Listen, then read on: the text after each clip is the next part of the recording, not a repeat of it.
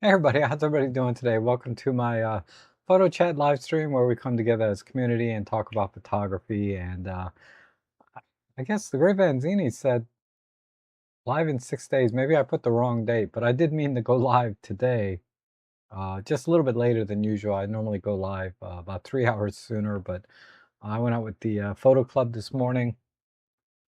And yeah, I've been busy this week photographing, testing out a new lens for Sony, but also just going out every day and general shooting. So I'll share a few images from this week, including some from this morning. And as always, I like the audience to drive the conversation. So if you have any questions or uh, want my opinion on anything, I'll be happy to do best I can to answer those and let you know my thoughts. I guess on my end, the I'm still waiting for my Lumix L10 to come in. Apparently, maybe in August or this month I should get it. The should be restocking, but we'll see. I think on average the small brick and mortar stores, they only get like 5 or 6 in stock at a time, and then they have to fill all the orders that came in based on what they can get in. So depending where I am in the queue, I guess we'll see. But I did get a chance to try out the L10, just for a couple of shots. A friend of mine, Eric, has one. He ordered directly from Panasonic, which I'm starting to think maybe I should have done. But I always like to try to support the local camera stores, when I can. So I don't mind waiting. I mean, I got my OM3, which is still my favorite camera and always will be until the next one. But certainly the L10 is not going to overtake the OM3 or the OM1 for that matter that I have. Those are my two primary cameras that I use for both, uh, pleasure and work. And um, but anyway, on the L10, he got the champagne or gold edition, the special edition, which is really nice. I didn't like that color as much as the silver and black or just all black. I decided to go with the silver and black. Uh, I don't know. So it matches more like my Pen F, I guess. But one thing I noticed, since I got a chance to handle it for about 15 or 20 minutes, uh, is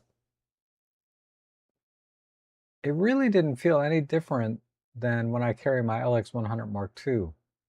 I know there was a lot of chatter early on when it came out about how big the camera is, but it's not a big camera at all. It's a compact camera, and handling it with just a little wrist strap, it was perfectly fine. It was very comfortable, and he didn't have the accessory grip or anything. And compact, lightweight, and takes great pictures. The autofocus seemed to be spot on, and the menu system is I'm already familiar with on from my LX100. And one thing that people that I think overlooked was the step zooming function. Now they talked about assigning one of the dials or switches on top, or you can assign a button to jump to a particular focal length. But on the LX100 Mark II, you can step zoom from like 24 to 28 to 35 to 50 to 75. Just by toggling the zoom lever. And that's the way I think I'm going to use it, rather than assigning a button or switch to it. So I'm going to do that, and that's going to be a really fun little camera to have. I can't wait to get it. Uh, but that said, um, the I tried to get. I've been shooting really super wide angle because that's the lens they sent me for the Sony. It's a 10 millimeter 2.5. I don't. I think it's been announced on their website, but they haven't told me that I can announce it yet. So I don't want to say the brand, but it's a super wide 10 millimeter f2.5 fisheye lens, and so there's a lot of fisheye distortion. It's not a circular fisheye, so I'll show you a couple images from that as well.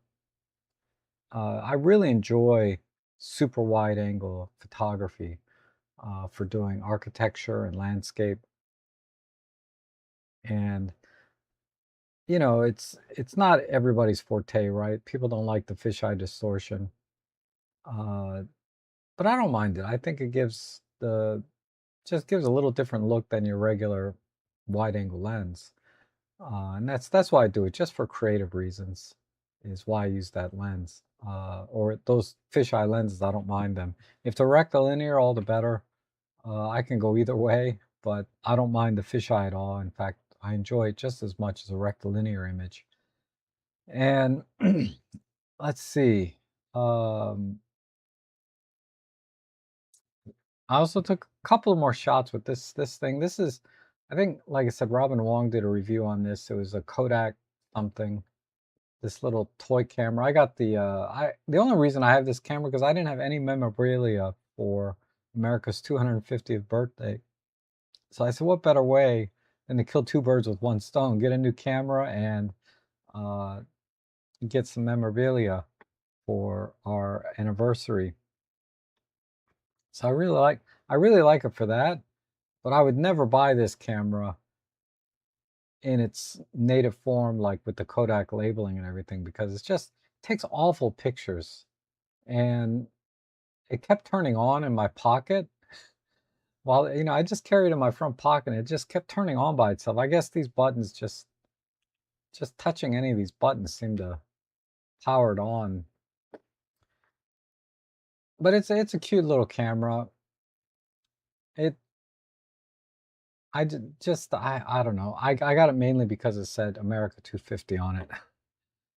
And I'll show you a couple images I took. They weren't very good, but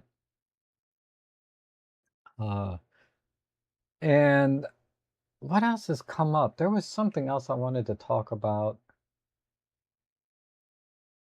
I think, well, if it comes to me, or not, doesn't matter.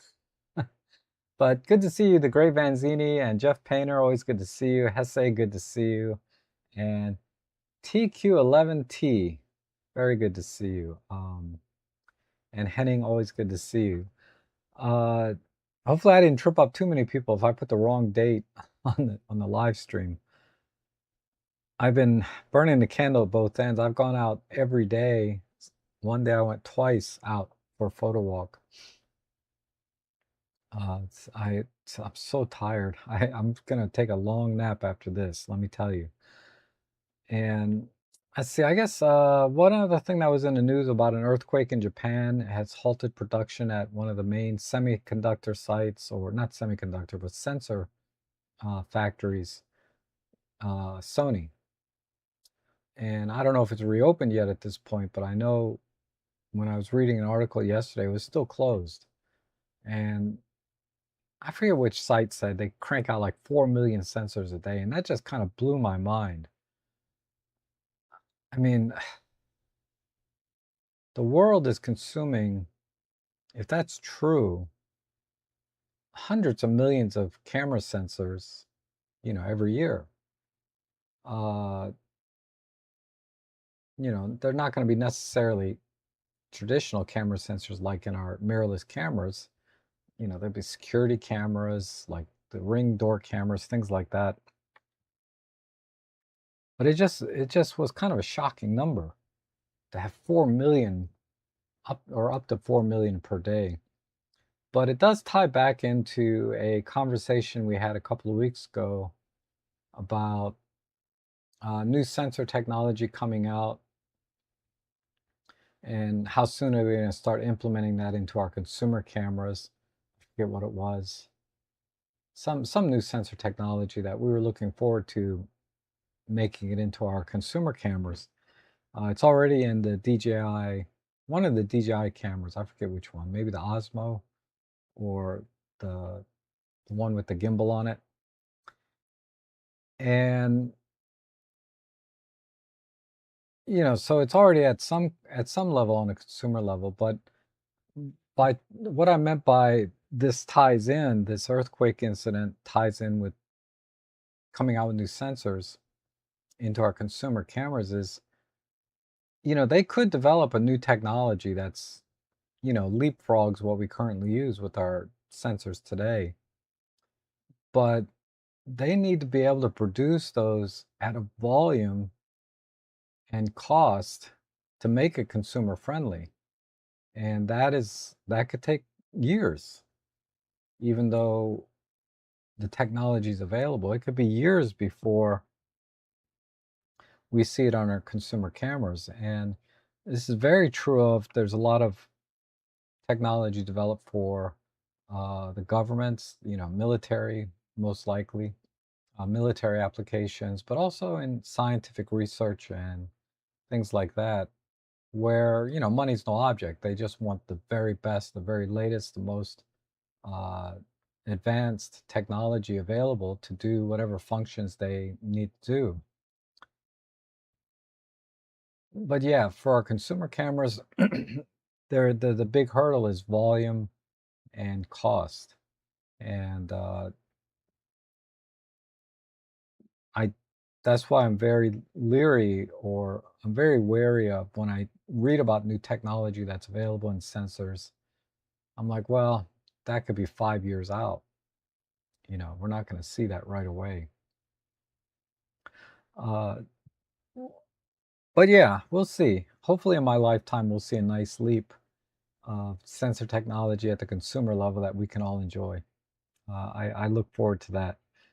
And uh, I also help some members today. When I go out on a photo walk with the club, and sometimes I'm the host, not very often, but once a month or twice a month I might host an event. And whether I'm hosting or I'm not, whenever I go on a photo walk with the group, I really try to dedicate my time to helping the other photographers, that are just getting started in either a particular genre, like we did wildlife today, or uh, it could be just a normal photo walk, helping them find interesting spots, locations, interesting compositions, you know, and I do not go out to try to get my halo shot, my dream shot. If I get one, great, but my goal is not to try to get the best shot I ever got when I go out with the group. Uh, you know, and so I was helping someone this morning, you know, hopefully she doesn't mind me talking about her, but the the level that every photographer at, it's very, you have to be very conscious of what level they're at and not try to um, you know, get too technical or talk about things that are not important right now. So, we ran into another OM system enthusiast. He had the 50 to 200 2.8. He had the 40 to 150 to 400, f 4.5, and he had two OM1 bodies, and he had a third one. I don't know what camera that was. I didn't see it, but he said he brought three cameras with him. So he was all in, right? OM systems anyway. And uh and he saw that me and my friend there also were shooting OM system. But he was talking in a way, because he was very excited about, he wanted to get into all the computational features, uh high res shot mode, focus stacking, graduated ND, live ND, live comp. It's talking about all these things and going to the menu and showing where you can go, all this. And that is all great and exciting, but that has very little to do with actually, uh, learning to use the camera at the level that she was at. To give you an example, it just having a reversible lens hood, how you can take it off and turn around and put it on for packing. That was a new thing. Or she asked me, why does the lens hood keep falling off? Is there a way to keep it from falling off? And I said, well, let me see that. And I said, oh, when you turn it, it stops here, but you got to turn a little bit more so it'll click in, right? And then it'll be more secure. So this is the kind of level of photographer that they're at, where they're at in their photography, and you don't want to just jump right into, high res shot mode and graduated ND and all of that. Uh, but yeah, it was. I I think it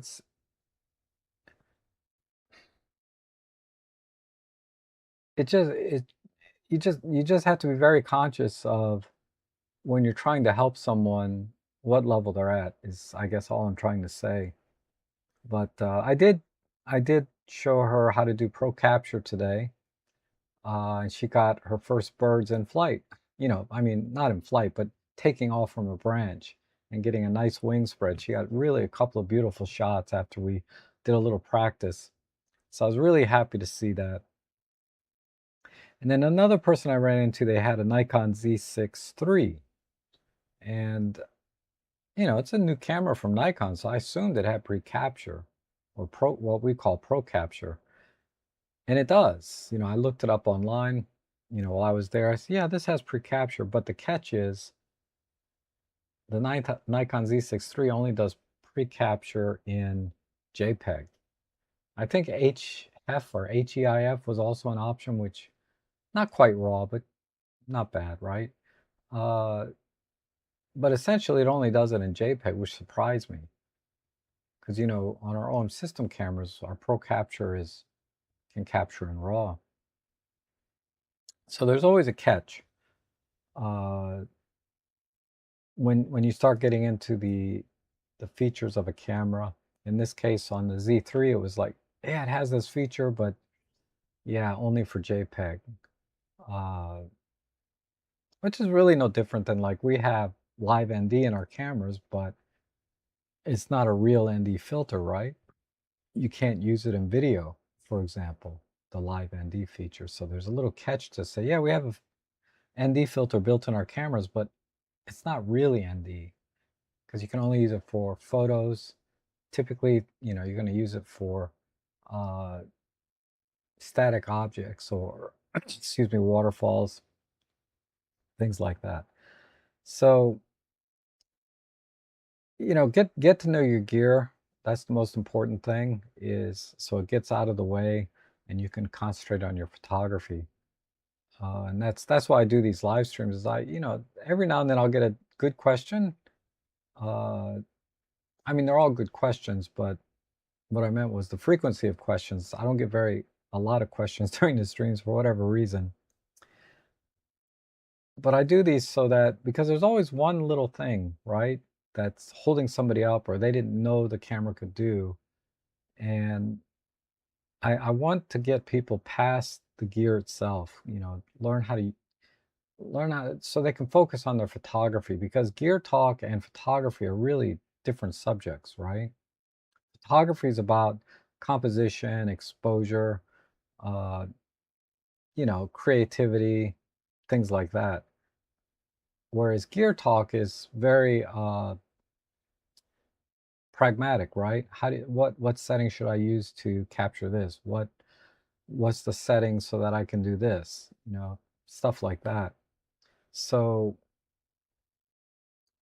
I I I always try to make that distinction, because one is not any better or worse than the other, right?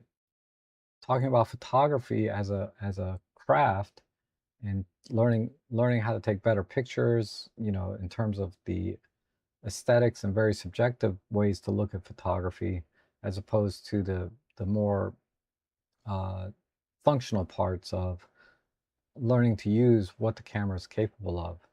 And that's why I love the OM system cameras. And back when I switched over from my Nikon to uh, Olympus, it's all the different capabilities that these cameras have built in. And I found to be very intuitive for me. I was able to just kind of really jump right in and start using the camera uh, and all of its features, and thereby learning, you know, everything it can do, so that I can go out and be creative and do the kind of photography I want to do, and do things that that make things a lot simpler, like the in-camera focus stacking can make things so much simpler. I can tell you there's a lot of images. I just did the in-camera focus stack.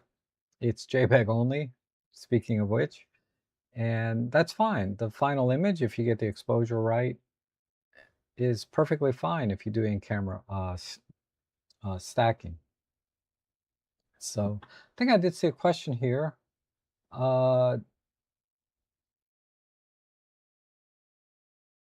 Any rumors on DxO Photolab 10? If DxO increases system requirements, I won't upgrade. DxO needs a version for amateurs with entry-level hardware, but good noise reduction. Yeah, I have not heard any rumors, but I can tell you as a matter of history, they typically come out, in the fall with a new version. So I'm not privy to any information at this point that Photolab 10 is coming out. And of course, when I am told it is coming out, I'm under an NDA. I can't tell anybody that I know, right? But what I've done in the past is I said, just wait, because every October, November, they come out with a new version. We're in August now. If you buy Photolab 9 right now, then in a couple of months, if they come out with version 10, you're going to have to pay an upgrade fee. So my hands are a little bit tied right now in the sense that I want to recommend Photolab. It's my favorite editor. I find the workflow overall very intuitive, very fast to get through my images and edit them and publish them to my social media. And then on top of that, the noise reduction, the optical corrections, the optics modules, all of this wonderful technology already exists in Photolab 9. And if you buy it now, you will not be disappointed. It's an awesome photo editing software. But as we approach, October, November, you want to make the best decision. I would say if you buy it now, you won't be disappointed. But if you can waiting would be the best thing to see what Photolab 10 comes out with. I doubt they're going to need to raise the specs because as it is right now, it's already pretty demanding. So I can't see a reason to have to upgrade. Now I know there was a bump in upgrade requirement in version 9 because of the AI tool. Something to do with the graphics card. It had to be at least a GTX 2080 or something, whatever that was. But I don't see it happening again anytime soon. Is my prediction. I can't imagine why you would need anything more powerful than what is currently available today, or what you might already be. If whatever you're using with Photolab 9 and you're happy with the performance, I can't see anything that would cause Photolab 10 to require even more than what you can do with your current computer with Photolab 9.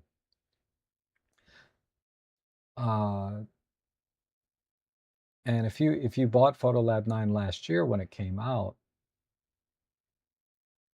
it's not always necessarily a good idea to upgrade to the very next version.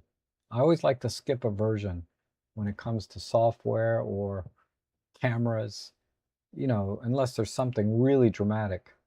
But they made a really nice update in version 9.6 with one caveat. But version 9.6 of Photolab is pretty awesome and higher. Really, you should be on 9.10 right now because they fixed a lot of bugs between 9.6 and 9.10. And right now it's running very, very smooth. But that's the exception. I've never seen, and I've been with DxO, using DxO since Photolab 4. I've never seen an update like they did in version 9.6 ever between major revisions. So that's why I say right now you can buy 9. We're on version 9.10, and never upgrade. You can wait till version 11 comes out late next year, right? I would skip a version when it comes to software, uh, or anything. Like I have the All-in-One Mark 1. I'm skipping the Mark 2. It just wasn't enough an update for me. But Mark 3, we'll see. We'll see. If it's just another incremental improvement over the Mark 2, I might skip another generation on the All-in-One. That just because the All-in-One Mark 1 is doing like 99% of what I wanted to do, right? There's a little bit of a, I do notice the autofocus is a tiny bit better on the OM3, but it's very anecdotal. I can't measure it, right? Because uh, there's no way for me to set up test conditions of birds in flight, because birds are very random. But anecdotally, it does feel better on the OM3. And the OM1 OM1 Mark II feels a little better because I've had a chance to use the Mark II a couple of times. But it's not so much better that I want to just upgrade now to it. I'm good enough as it is with the Mark 1. Okay, and Bran is here. It says, I have the Leica 15mm f1.7, which is a great little lens, but if I go with the OM slightly wider lens,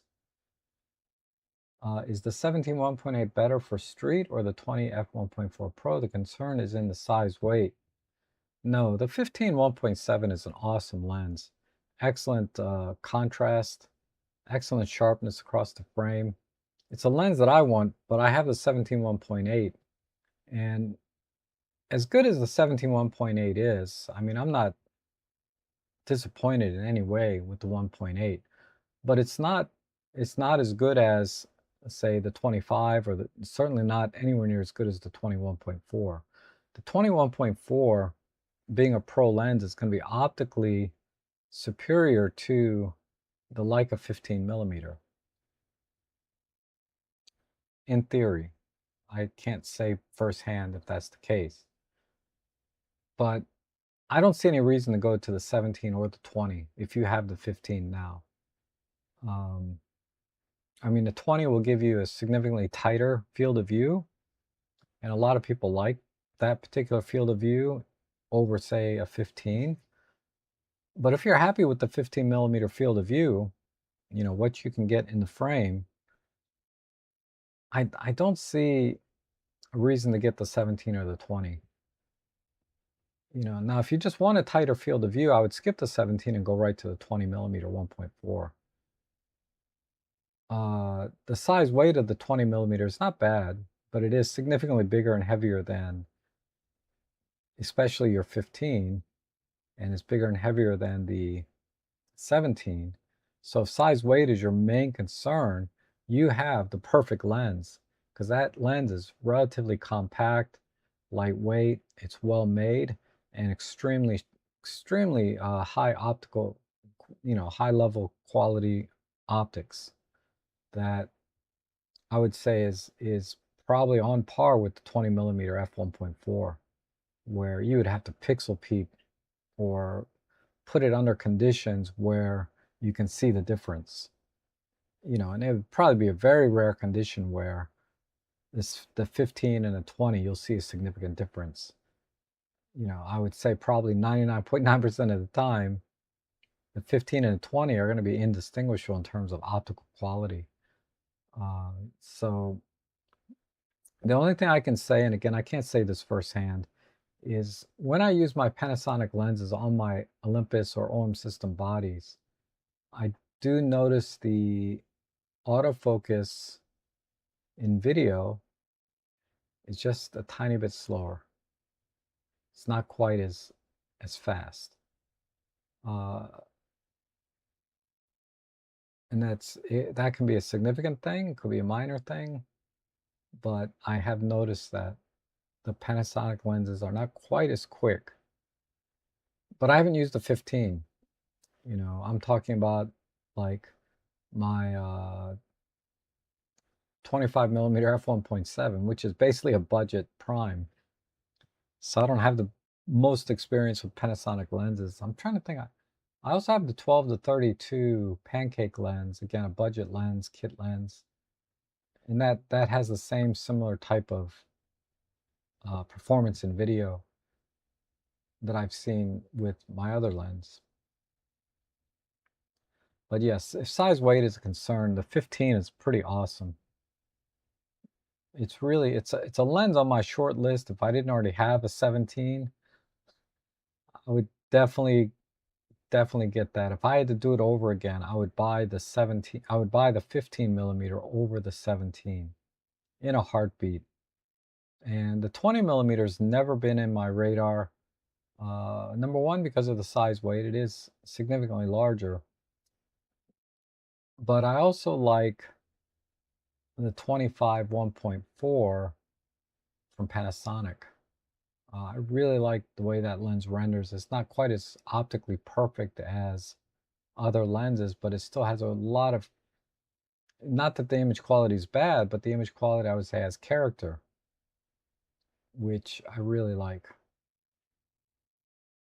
And 55 Whiplash says, had a discussion with Wild Alaska, who has great channel, okay, about how hard it is to change autofocus modes on the OM1. He insists there's too many steps. I argued that you can assign to a single button.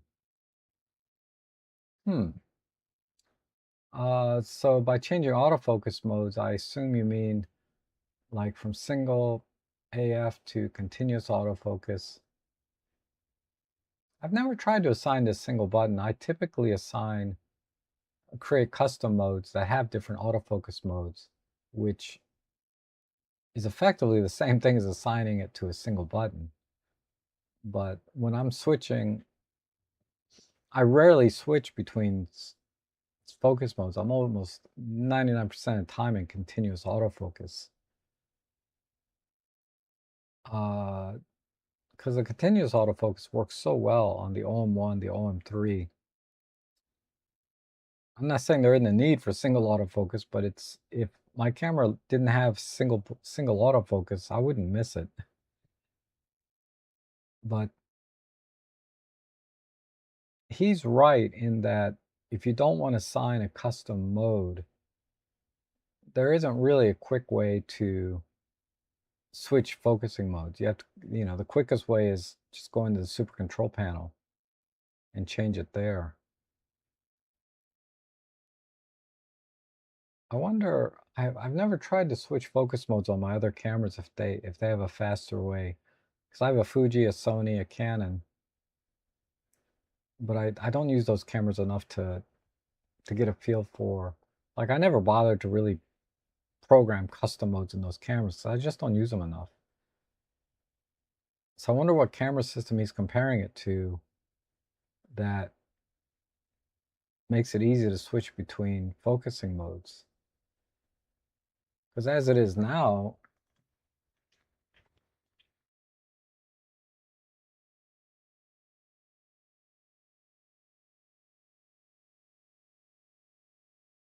yeah, it's just super control panel. And if I go to the button menu,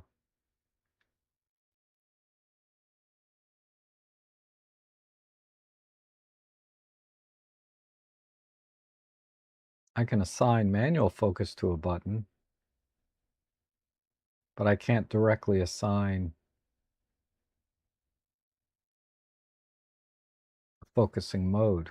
So the only focusing mode I can directly assign is manual focus, right? Other than just, like I said, using the custom modes to assign, that would be the way to do it. So I would agree that, yeah, there's a lot of steps. I mean, some of the OM system cameras have the button on this side to, you press and hold and then you rotate the dial to switch, right? I think that's the OM1. Let me see. Yeah, the OM1 has it. Where um right here, right? Oops. Right here. If I push and hold that and rotate the front dial, I can quickly change focusing modes. But the quickest way is just to assign custom modes. I'd love to see 3 updates in Photolab 10, a panel stitching model, an enhanced haze feature, not only dehaze, and perhaps implementation of fully deep prime preview workflow and removing the S loop. Oh, you can do that now, actually, that last part, where you can get a full preview of the, it's over here in this menu, you know, Photolab 9. Where is it? Edit preferences, display, right here. Enable high quality preview, enable deep prime rendering. Check these 2 boxes and you're basically getting 100% preview of the output. The first part, yeah, the stitching, I'm pretty content whether it gets it or not. If it gets it, it does improve the workflow if you do stitching all the time, but they need to do a good job with the stitching. Because even the stitching model that Lightroom uses is not perfect. The best stitching model is Autopana Giga, which I'll pull it up for you. You can download it for free. It's this one, Autopana Giga.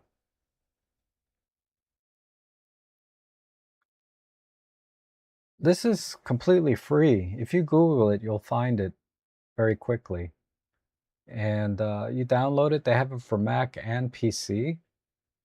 This is the best auto stitching, panel stitching software I've ever used. I haven't tried any 360 type stitching with it because I just don't do 360 photography, but you should be able to still get that. So that's what I use for stitching. What was the other thing? You want to add a haze feature. Oh, yeah. You want to reverse haze. So instead of dehazing, you want to add haze. That would be an interesting feature. That'd certainly give your image a little bit softer look. I wonder what they could do is add it. Yeah, if they could, you'd have to add it as a local adjustment. So it would have to be in this panel, and then I could take a control point, right? Add a control point here. Well, let me add a control point here, and then I would go to the clear view. It's under this panel, right? This is the clear view, which increases this, basically dehaze, right? But you want to go backwards. What I do sometimes, I just turn down to negative. So it's a little bit softer versus, you know, well, that's not the same as dehaze. That's just making the image a little bit blurry, right? But as a stopgap, you could try just dialing the micro contrast down, and then on top of that, dial the contrast back. Well, on the local adjustment, where were we? Micro contrast and regular contrast. So that's kind of a stopgap. This is not the best image to compare, but that's without negative micro contrast, and that's with. So that's kind of adding a little bit of haze. If I put it right over my goldfinch.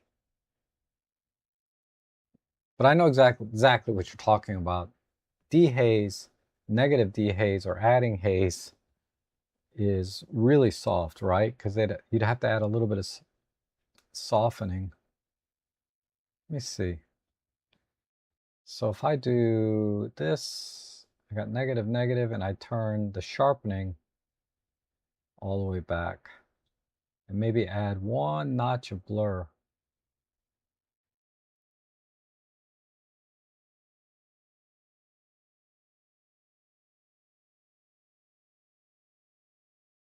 So something like that.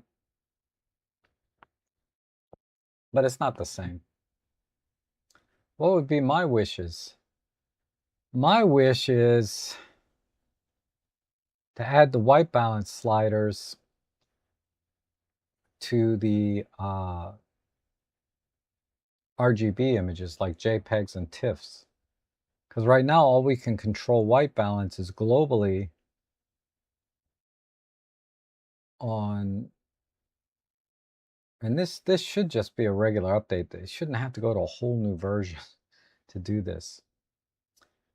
But yeah, that's the main thing. And I'd like to see a big improvement in the remove tool, right? Because you know how we can brush out little branches and twigs out of a scene. But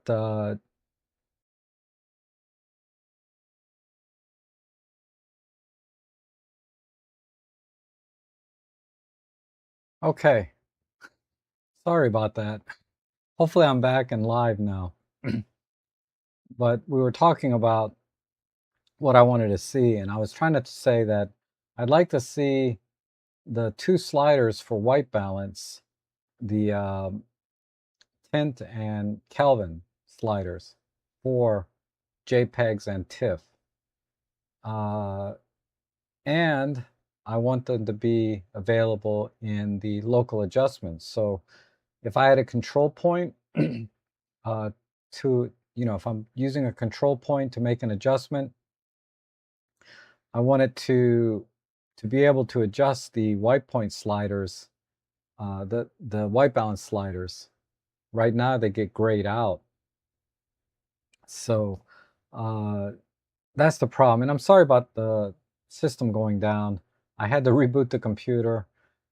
The problem is there was a Windows update last week or earlier this week that updated the BIOS on my laptop, which I was not paying attention. But Windows has their own BIOS updates that they send out. And I always try to ignore them, but I accidentally installed the frickin' thing. And there's no way for me to reverse the BIOS back to a previous version without really taking a big risk. I might have to talk to Marco about this. But ever since that BIOS update, I've been running into all kinds of problems. And it's borderline. I might have to get a new laptop, which I just got this one 3 years ago. It's really frustrating. But anyhow, I would like to see that. Uh, and I also like to see the control points or local adjustments follow any geometry changes. Because right now the workflow is I have to do all of my geometry first. Tilting the horizon or correcting keystoning errors. I have to do all that before I do any local adjustments. And then after I do my local adjustments, if I try to make those corrections, the local adjustments don't move with the geometry. So that's been a big problem for me.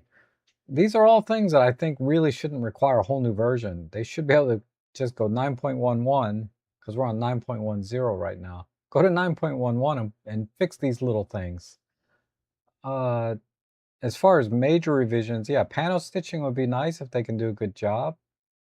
Layering, so we can do focus stacking and also working with multiple layers of different images. So I can have image of a landscape and an image of a moon separate, and I can layer them on top of each other and edit them that way.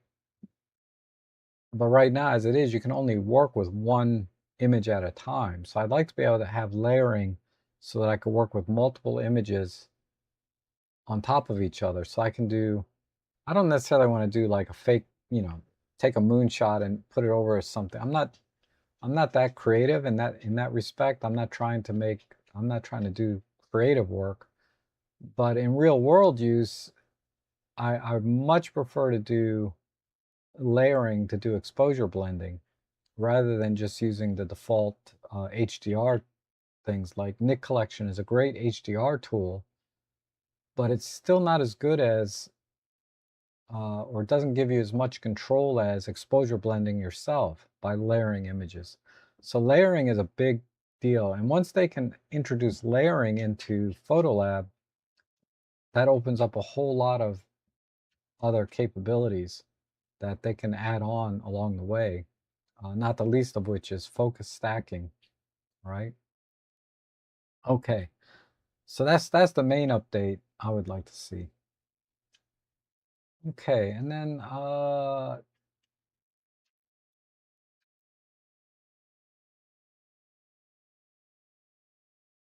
Gray Vanzini, do you think the Pana-Leica lenses are really a step up? I struggle to see much difference in the final result.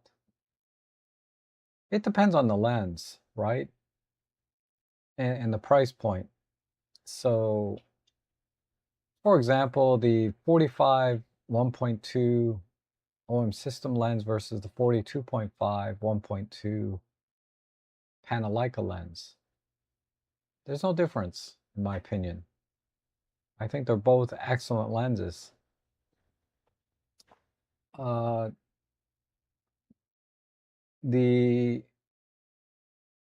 but the rule of thumb is always use Panasonic lens with Panasonic bodies, because particularly in the contrast detect that uses the depth from defocus, you can only get that technology when you use Panasonic lens on a Panasonic body.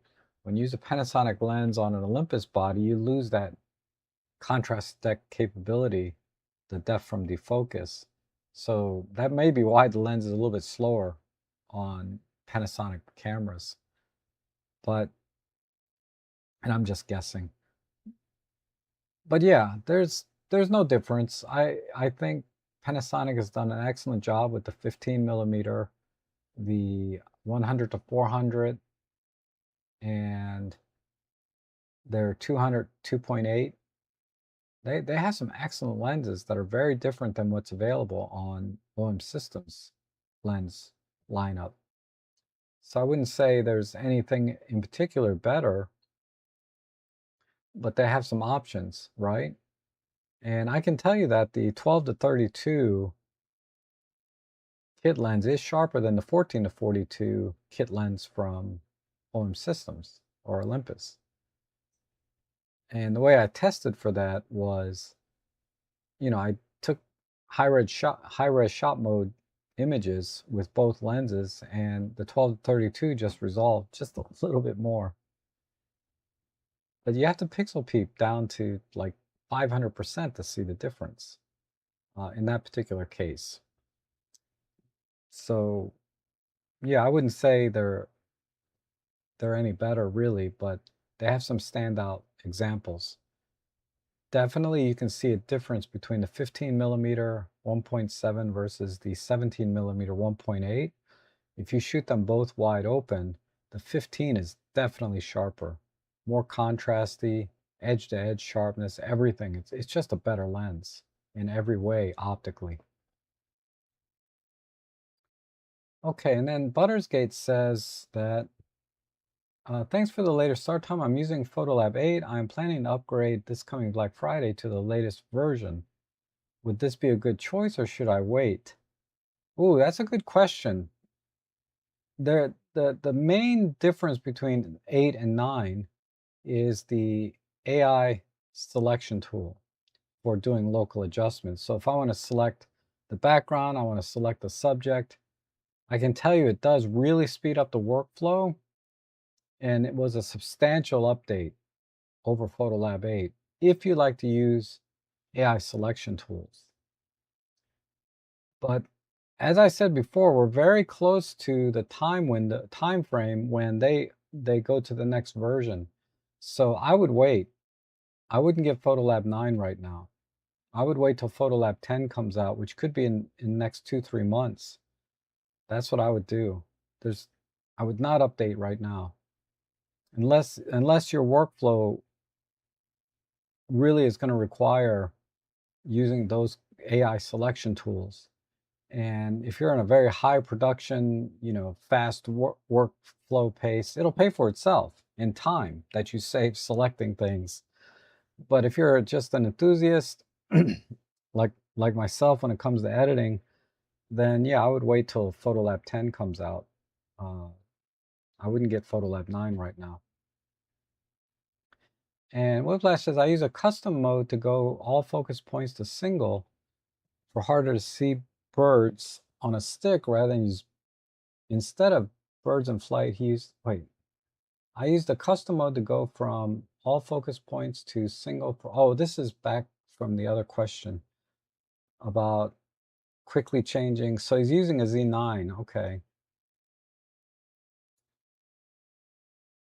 Yeah, on my OM1 and OM3, I use my lever switch to change focus points, say from wide to single point, rather than dedicating a whole custom mode to it. But that's my workflow, right? Switching custom modes might be easier for you. I don't know, but I just use the function lever switch. And I don't know what the Z9 does. If the Z9 can just change focus modes with the push of a button and only change focus modes and not like we do with our custom modes, that's a nice feature. And Laura says, thanks, Rob. Using a Leica Summilux 15 on a GX9 and OM5 II, it does render awesome. Also like the RF28 look on my Canon RP. For 40 millimeters, I'll stick to the Z5 for that, it is good. Yeah, so the 40 millimeter f something, the Nikon lens, I personally was not a big fan of that lens. I only got to try it when they launched the Nikon ZF a year or two ago, and the images I got from it, I wasn't that impressed with it.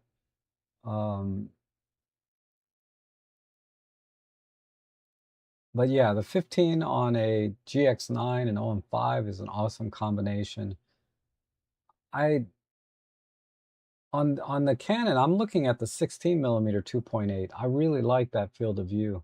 I like wide fields of view.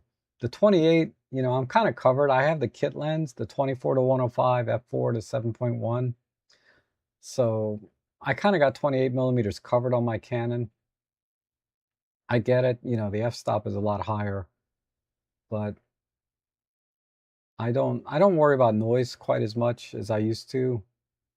And I don't need that shallow depth of field, particularly at a 28 millimeter focal length. I really don't need depth of field at all. And I don't shoot in low light enough to justify getting a prime that's going to be at least a stop faster than the kit lens I'm using. But it's only, as it is now, it's only a one stop difference. And that's, with DxO Photolab, I don't worry about a one stop difference in noise. But the 16 millimeter is a focal length I currently do not have for my Canon, and that would be a nice lens to get for it. But it's good to hear that you like the 28 on the Canon RP. 28 is one of my favorite focal lengths. I really like it too, particularly for street photography like you do. And Lauren is an awesome street photographer. Stephen Long, good to see you. And Giuseppe says, hi, Rob. On my EM1 Mark II, can't see the little white square that the target eye, only the big square for the whole face. I don't think the EM1 Mark II has the eye detect box. I don't think it does. I don't have an EM1 Mark II here to show you, but I think it only has the face detect. It doesn't have the individual. It does try to focus on the eye, but it does not have the eye box. So I don't think you're missing anything. And Lauren, yeah, I did see your update from you emailed me a couple of weeks ago about a new you updated your website. I did check it out. It was nice. And is anyone else? Yes, buffering. This is when my stream went down. Sorry about that. Uh, and Ganna says, when we edit a photo, should we edit it to suit the photo or according to our own preference? And also, what is your most favorite editing tool, Photoshop or Lightroom? Okay, so you want to edit to your preference always, right? Because it's your photo. You edit this way you want. Um, so I'm not sure what you mean by should we edit to suit the photo? Meaning, do you want to edit it in a style that makes sense for the particular subject matter? Then you're following someone else's trend, right? I would always edit to your own personal preference. I always edit to my own personal preference, even though sometimes it's out there. But it's okay. It's my photo. I do what I want. So that's what I would recommend. Uh, and and also, what is your most favorite editing tool? Well, between Photoshop and Lightroom, I prefer to edit local adjustments and using the remove tool in Lightroom. But if I need to do exposure blending and rendering and layering, then Photoshop is the only option, right? Because Lightroom doesn't layer in the sense that you can with Photoshop. Now, if I had to choose only one between those two, it would be Photoshop, because Photoshop has uh, the raw editor when you open up a raw file, which is 99.9% the same as Lightroom. Just the workflow is a little different, right? Um, so yeah, Photoshop is ultimately the all-in-one tool. The only problem with Photoshop is it doesn't have the catalog management, right, that Lightroom does. Lightroom is really a cataloging software, and Photoshop is the editing software. And that's how I primarily use it. I use Lightroom to catalog. This is for my work stuff, not my personal. For my work stuff, I use Lightroom primarily for cataloging, and but then I take everything into Photoshop for my work.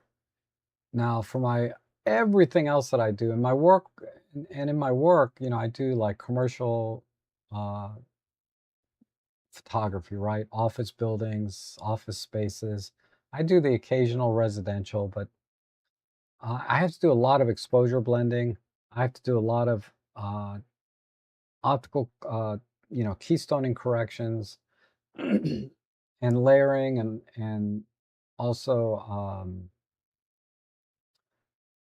a little bit of virtual staging, you know, time to time. Photoshop's the only way to go. So I would pick Photoshop over the cataloging capability of Lightroom. That said, outside of what I do for my commercial clients, I use DxO Photolab for everything else. Photolab and Nik Collection. And in fact, I pre-process all of my raw images in Photolab, meaning I apply optical corrections and noise reduction and a little bit of sharpening. I do all of that before I even go into Photoshop and Lightroom. So Lightroom, the cataloging feature is very useful for me because I can quickly select the images that I use flash, the images that use ambient light, and select the ones that I want to layer and bring those into Photoshop. And that's about as far as I use the cataloging and selection tools in Lightroom, because Photolab has already done all of the pre-processing that I wanted: sharpening, optical corrections, denoising. So I do all that in Photolab. I take those into Lightroom. I I tag all of my uh, shots with flash, ambient shots, high-res shots. I tag all of those individually in Lightroom, and then I bring those into Photoshop to do the editing. And then I go back in and I export using Lightroom, because in Lightroom I can export, because a client likes to have their what do you call it? logo on the images. It's not called logo though. What's the term? Watermark. Yeah, they like to watermark the images with their logo. And I do that in Lightroom. So, but yeah, Photoshop by far overall, if I had to pick one, I wouldn't have to think twice. But since I have both, that's my workflow. If I only had Photoshop, then the workflow would change substantially, but I'd still get the work done in a reasonable time frame. Just Lightroom makes it a little bit easier. Hello on Nashville for a conference. Oh, hey, Eric. Pro tip, never take the furthest back seats on a plane. Turbulence, yes. Um, but yeah, sitting in the front is definitely smoother, but I haven't been on a plane since 1998. I think it's the last time I was on a plane. But back then, that was certainly the case. And hello, Rob. Oh, hey, Shakave. How are you all? I'm sorry I missed you edited your image and uploaded it, and I didn't get a chance to compare your edit to my edit. So I'm going to do that for you this Tuesday in the photo editing live stream. Thank you, Giuseppe. You're welcome. And I use my 75-300 Ollie after a long time. The results are not as good as my 100-400 Panasonic lens on the Olympus EM1 Mark II. Still waiting to buy my OM1. Yes. So yeah, that's what I was saying. They're 100-400, particularly the later versions that had the smoother zoom, because the first version, the zoom ring was really stiff. But the later versions, they smooth that out quite a bit. And Panasonic claims that was intentional to have a stiff zoom ring, but certainly not desirable with most photographers.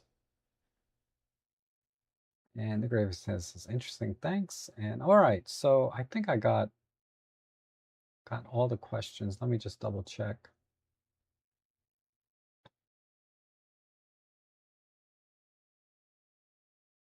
Yeah, I think so. All right, so let's look at a couple images that I took this week. And yeah, I remember you got that. You are the king. I'm not worthy. I remember when you told me you got that Best Buy deal. A G9 Mark II with a kit lens. That was a deal. Anyhow, I'll give you that trophy. So so this was from this morning. I just did a quick edit on it, and I'll pull up the EXIF data. Hopefully you can see that. But this was the OM1 with the 300 f4 and teleconverter 1.4, 1/800th of a second f8, ISO 3200. Now, I made a mistake and shot this at f8. A lot of the pictures I took today were at f8 when I should have been shooting at f5.6. So my ISOs were higher by a full stop on all of my images today, or just about all of them. But this came out pretty nice. This is a green tree frog. And all I did was pull the blacks down on the slider to get the background completely black because it was already a little dark. So I just exaggerated that. So I got a nice black background here. But I thought that was a cool shot. And then, a little Pro Capture. So I was showing my friend how to use Pro Capture. And this was one of the images I captured, during that mini lesson. This is a female red-winged blackbird, and she caught, looks like a dragonfly, to go feed her. She had a little nest somewhere in the grass, so she was feeding her babies, I guess. And let's see. Let me. Yeah, this is the same bird. Uh, this was just a nice clean shot. I liked it. And then this is a goldfinch. Again, this was part of the Pro Capture lesson. Just showing, how to use Pro Capture. And I got lucky and there was a goldfinch there. This image is not quite as clear because this is at 12,800 ISO. Again, I'm at f8. Oh, it's just ridiculous. I could have been at ISO 6400 if I was at 5.6, but that's just a mistake on my part.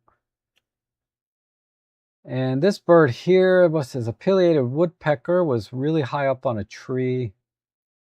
Again, f8, ISO 3200. Just, this could have been at ISO 1600, which is more than acceptable, even without noise reduction. But this is what I captured, and this is an example of when I could have waited for this bird to fly off, right, and use ProCapture to get this bird in flight, because I don't have any good pictures of a pileated woodpecker in flight. You know, all of my in-flight, all of my pileated woodpecker shots are like this, bird on a stick. I might have one or two in flight that just suck so bad I've never posted them. So for me, this would be a halo shot. Like I would, I'm just dying to get a good pileated woodpecker in flight. That said, I was out with the group, so I wasn't too worried about it, you know, that he flew off while I was showing my friend how to, something on their camera I was showing them. And this guy flew off in the meantime. No big deal, but uh, this is a shot that I've gotten much better shots than this of a pileated woodpecker on a stick. This is from a photo walk I did in Ellicott City. Just an architectural shot, nothing special. Very, very simple, rule of odds, symmetry, basic composition, nice transition from light to dark, really good texture. This is like a very technically good picture. Subjectively, it's kind of boring, but objectively, I think there's a lot of good technical points here in terms of composition and that execution of that composition. So I like this picture for as a practice shot, but what if I were to try to think of a way to make this more interesting, like tell a story or give some inkling of visual interest aside from these technical things that I pointed out, is I can see like a little chair right here in this window. So if I had really thought about the composition properly, I would probably try to figure out something over here. Um, but visually, all the shades are pretty much halfway open. Nothing interesting going on there. Nothing interesting down here. Some flower. I don't know. It's okay. Technically it's a good picture, but subjectively I think it's a little boring. This picture is a little more interesting. Um, we have kind of a spiral staircase, lots of nice textures, lots of nice work in the iron here. It's a very, very interesting home. I don't know what it's used for, because that's a lot of, I mean, that's, there's a lot of security around this building. So it's probably some kind of office, government building of some kind. But if anybody that's local to me knows what this building is in Ellicott City, let me know in the chat section. This is the wide angle lens that I talked about, 10.5 millimeter. This is a terrible shot, but yeah, it's super wide fisheye. This one is this is an HDR shot. It's a little bit over processed. I did a lot of really rich saturated images this week. I don't know why. I was just in a mood for hyper saturated images. So this is one that I took, but it was basically a focus or exposure bracketed. Then I blended them using Nik Collection, and then I applied one of their presets and then tweaked it from there. Another technically interesting picture, but subjectively kind of boring. There was only one interesting thing in this picture. So technically we have some nice geometry and leading lines and textures, but subjectively there's nothing interesting about this image unless you look very closely. And it's right here. I swear I can see a face here, or part of a face. Like there's the eye, this is the nose, that's the mouth. Kind of looks like there's a face in the window, a little bit, like a monkey face. I'm sure it's just a trick of the reflection, but uh, yeah, and then you make it black and white to get all artsy fartsy about it. It's okay. It's an okay picture. Uh, Here's another super wide angle. This is on the Sony A7R5, 10.5 millimeter. Hyper saturated as usual. Like I said, I just was in a mood for that this week. And this goes back to my other question about should you edit the photo to suit the photo, or should you edit it to your own personal preferences? And this is a clear example. I edit this to my own personal preferences, right? Again, Ellicott City, this was yesterday morning. This is an old flour mill that they are renovating and turning them into condominiums. So great use of recycling an old building rather than just tearing it down. So I really like that aspect of it. Although it does break my heart that this flour mill it's not gonna be in its rustic, you know, torn down state. Because photographically, we all like to take pictures of rundown buildings, right? At least I do. So I'm gonna miss that part of it. But I am happy that they did retain, I would say, 90% or better of the original architectural design of the flour mill. The major changes are on the inside. They gutted the whole thing basically. So I'll be really interested to see how this turns out in the end.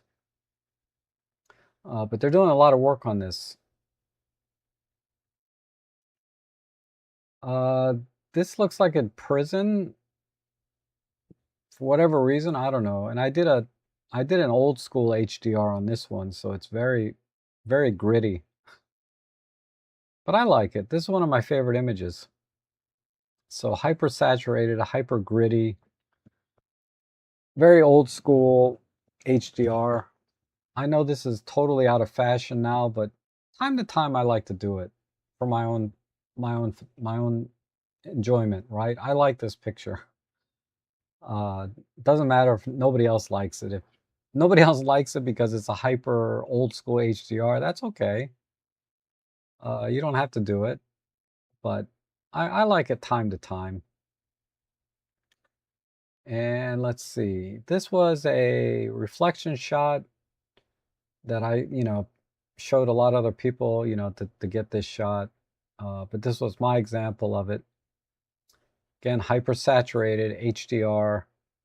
But we had some fun with this.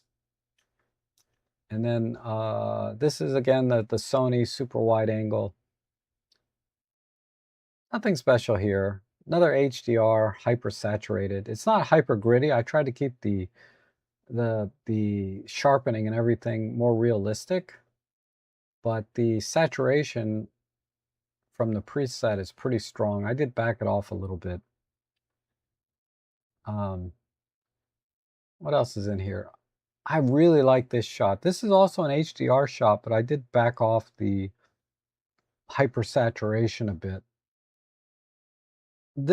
I like this shot because of how the buildings or these houses are all layered behind each other. So we have a layer here, a little layer down here, another layer here, then up here, and then another layer back here. I like how the buildings are all layered from front to back. And then of course, a billion power lines going across all of this stuff. And I'd be curious to see if the Luminar Neo remove power line feature works on this. I mean, I'm generally against removing power lines, you know, in a shot because they're there. Also, it's illegal to do that in real estate photography. But I do like the hyper realistic feel you get from this image because I'm not really hiding anything. I'm showing everything in the shot.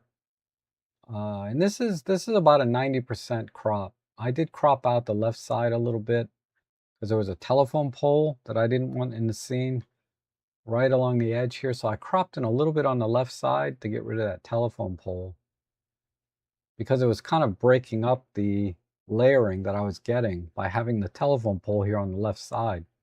So without that telephone pole there, you get a much better feeling of depth, I think. But I just love this picture. This is one of my personal favorites. This is a really nice, I'm going to go back here one day. This is a milkshake shop. Uh, it used to be an old theater based on the architecture of the building, so I'm curious what it looks like inside. So I'm curious about the architecture inside and how it would photograph. And also, man, I would kill for a milkshake right now. Let me tell you. And that's my friend there, Ping. Let's see. This one was okay. This is cropped in quite a bit, so I lost some resolution. But it's just a rose laying on a rock.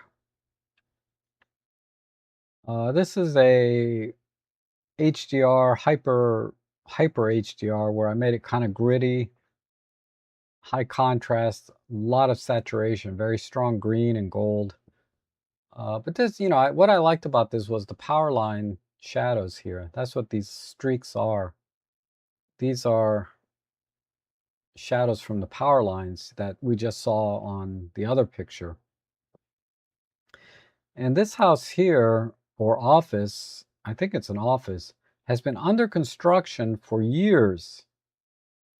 And the only difference I can see between this photo and the photo I took years ago is they now have a shingle on this side. Whereas in my old photo, there's only a shingle on this side. But this lamp hasn't moved at all. I wonder, let me go over here. Hopefully my computer doesn't crash.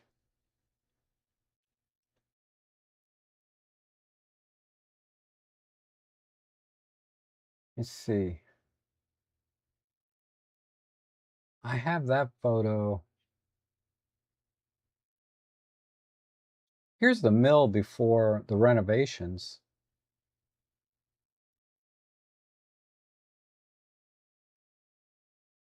I took this, what, 2024. But yeah, they've already replaced all the windows with new windows. They've gotten rid of this giant thing up here, but they kept this little thing. Anyway, they kept the architecture pretty much the same. Uh, let's see. Yeah, here it is. So yeah, there's the lamp, same curtain, one shade, and they looks like they painted. So they have painted it. That was 20, this is 2022. This is the same house or office, but this is the window on the other side of the door, on the right side of the door. Well, no, this might be a different house because I took these. Okay, I'm just confused. Anyway, this is what it was in 2022, and this is what it is now. But they have painted since then because I didn't see any peeling paint so much. It's starting to peel again, but it's not peeling like this one was, right? But anyhow, there's that. And then there's the bridge, super saturated. Um, it's a friend of mine. in the photo club. She shoots an OM5 Mark II, and she has a 12 to 40 f2.8. This is just a reflection shot, but I kind of like the two little kids back here, kind of, getting into the frame, photo bombing the frame, I guess. I thought that was kind of cool. This is a reflection shot, hyper HDR, with the clock down here and the clock up here. I like this. Nice frame within a frame, reflection, very strong colors, good textures, lots of compositional elements here. And I think it's an interesting picture. So this, if I redid this without all the HDR effects, I think this would still be a nice photo. And let's see. This is a moon rising shot. This was with the 75 to 300 and my OM3. So this was a 15 or 30-second shot, obviously, because you can see the boat trails here. And it's an HDR, but I tried to minimize the HDR effects so we could see the details. I was using photo pills to try to get, I could have sworn the moon was going to rise right up above the casino here, but it ended up being way the heck over here. Oh well. It was my first attempt at trying to use photo pills to figure out where the moon is going to rise in an interesting spot, like right over this casino, but that didn't work out. Still not a bad shot though. I took out the Nikon D200. That's an old 10 or 15-year-old DSLR from Nikon. And I thought this was a nice shot of the sunrise. This is a HDR also. So I did or exposure bracketing, and I blended them using Nik Collection. This I misfocus. This is also the Nikon D200, but I was manually focusing and I totally messed it up. This is the super wide angle fisheye lens, obviously. Hyper saturated. See if there's anything else of interest. I thought this was an interesting shot. It says now, and then there's a sign over here that says never. So now or never. And you just walk between these two. In Alexandria, they like to put up artwork sometimes. I guess this is some kind of artsy fartsy thing. But I really like the textures here and the lighting with the sunrise in the background. I thought it made it really nice, interesting in terms of lighting and color. And then of course we got good symmetry between the two signs. So another technically sound image, but also I think it's subjectively very interesting. Although I think I got like what, 5 likes on this on Instagram. Not many people like this image, but I like it. These are your usual, HDR shots, nothing special.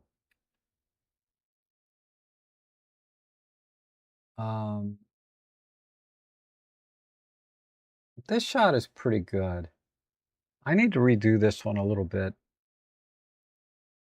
I think if I desaturate this a little more, it'll be a lot nicer. It's a little bit too saturated. But I like this picture. I thought this came out pretty good. Anything else here? Not really. This is all the usual. This one's not bad. This is with the 12 to 45 f4 Pro and my OM3.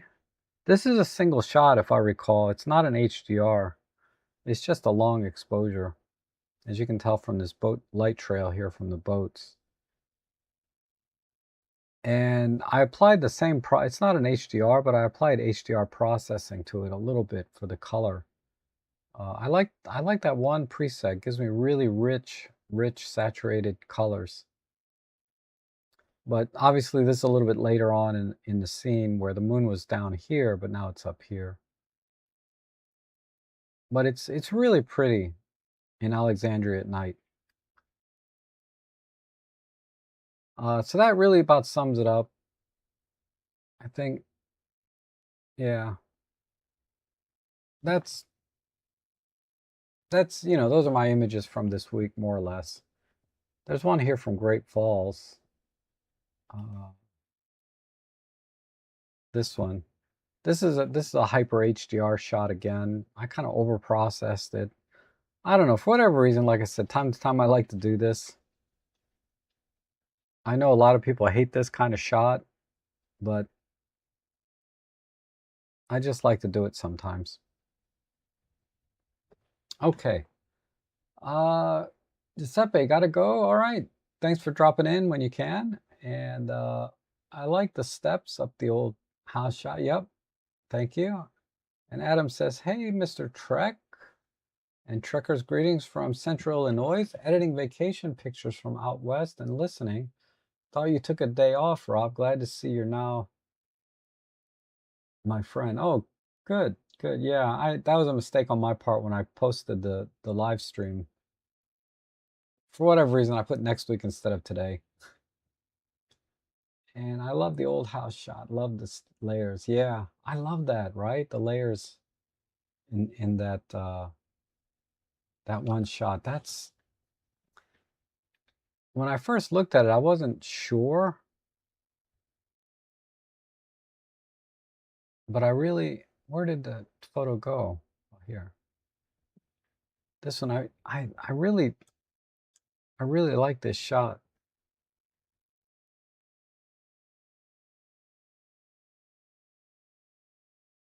I might even print this one. It's in a square format though, or I'm sorry, it's 4x3. But I'll just have to frame it that way. Okay. All right, so I don't see any other questions here. Let me just check. Um,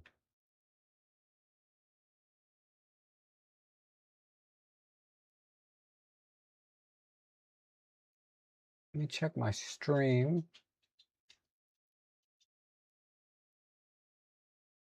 I think we're good. Oh, I was going to show you a couple of photos from this little piece of crap camera, my America 250 camera. Let me just show you a couple of those and then maybe we'll wrap it up.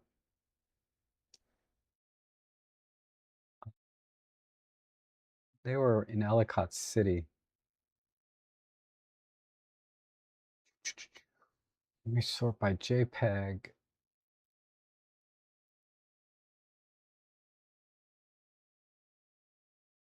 Did I delete them accidentally? I probably did.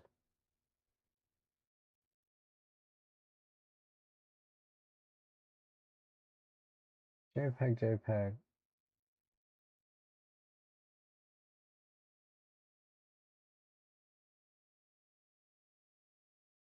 Oh, I gotta show you this one too. Once I find the JPEGs.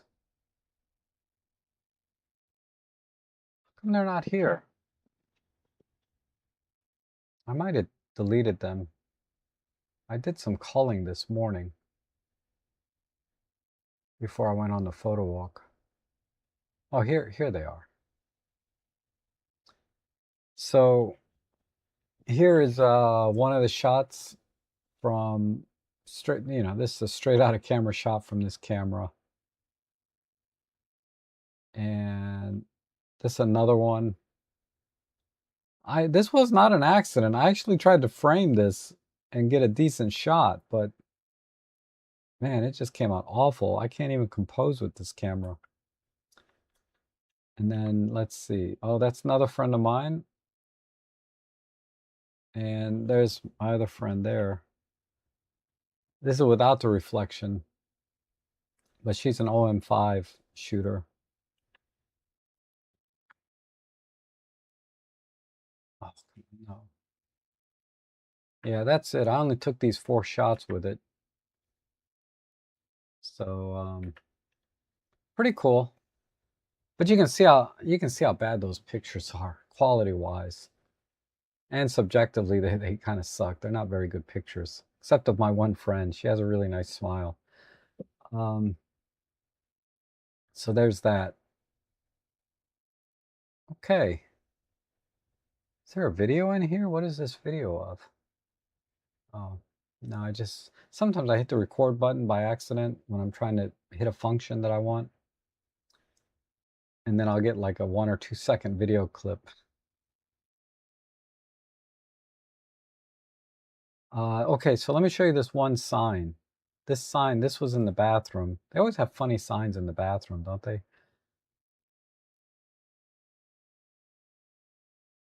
Give it a second to pull up.